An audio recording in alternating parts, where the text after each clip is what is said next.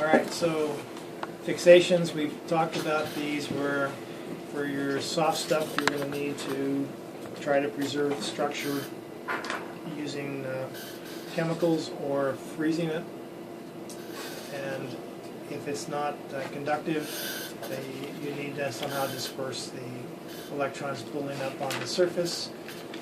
So typical SEM prep is collect or isolate your sample, fix the cells to preserve it. This can be done in one step or two step or in a series of steps. If you do osmium and some thiocarbazide compounds repeatedly back and forth, you can actually load up enough osmium into your sample to make the sample conductive because of all the osmium metal in it. But it takes repeated fixations and things, and most people don't want to be bothered. They can just put a coating on it. Then you're going to rinse to remove the fixatives. Then you're going to dehydrate, critical point, dry, coat, view, record images, reproduce images. In TEM, since you need to know a little bit about that as well, after you dehydrate, you then want to replace the liquid with something that you can polymerize, that you can harden so that you can cut slices so the beam can pass through it. So these are steps that you don't have to do in the SEM. You don't have to cut thin slices, 10,000 slices to the millimeter and more. You are going to stain it to make these biological materials stand out. There's no critical point drying or coating with conductive material. So there are some notable differences. So you need to decide early on in the procedure how you're going to process the tissue. Alright, so you want to preserve things as close to lifelike as possible and protect it against everything else you're going to do to it. The fixatives don't fix, not all fixatives fix everything, so that's why you often need to do multiple fixatives. Here's one effect. This would be a glued osmium when you can see all the ribosomes are nicely preserved, whereas using just potassium permanganate, which tends to love lipids, your membranes are nicely preserved, but most of the other proteins are lost.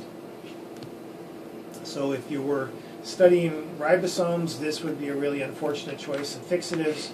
If you were looking at membranes, then your ability to see these membranes connections to each other is inhibited by all this other stuff that's in here.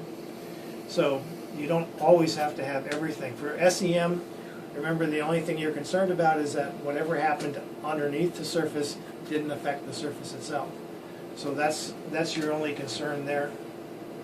So different kinds of fixes, your pickling, which is a coagulant, your additive, where your material actually adds into your sample because it's cross-linking. So your aldehyde has two active groups, glutaraldehyde, so one end can hook one end of a protein and the other end of the glutaraldehyde can hook to the other.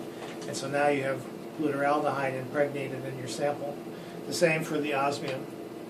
So cryogenic, you're freezing everything, locks everything in place, but that fixation is only good for as long as you keep everything frozen. So these are examples of coagulant things at room temperature. For additives, the first additive fix was osmium tetroxide, which is a very reactive material. It is a clear liquid in its active form, and then when it starts cross-linking, it turns black, much like the silver particles in photographs. So the ones that have been activated by light and then preserved turn black and give you your black. And then the other ones that don't are washed away, and so there's your white area. So that's your black and white photography. If you hook color dyes to those particles, then they're sensitive to different wavelengths of color, and that's how you get a color picture. All right, so this is a reaction showing you half a linkage. So two of the oxygens cross-link to the double bonds in this lipid or a fat, and so now you've got a bridge here, and then the other two oxygens can then cross-link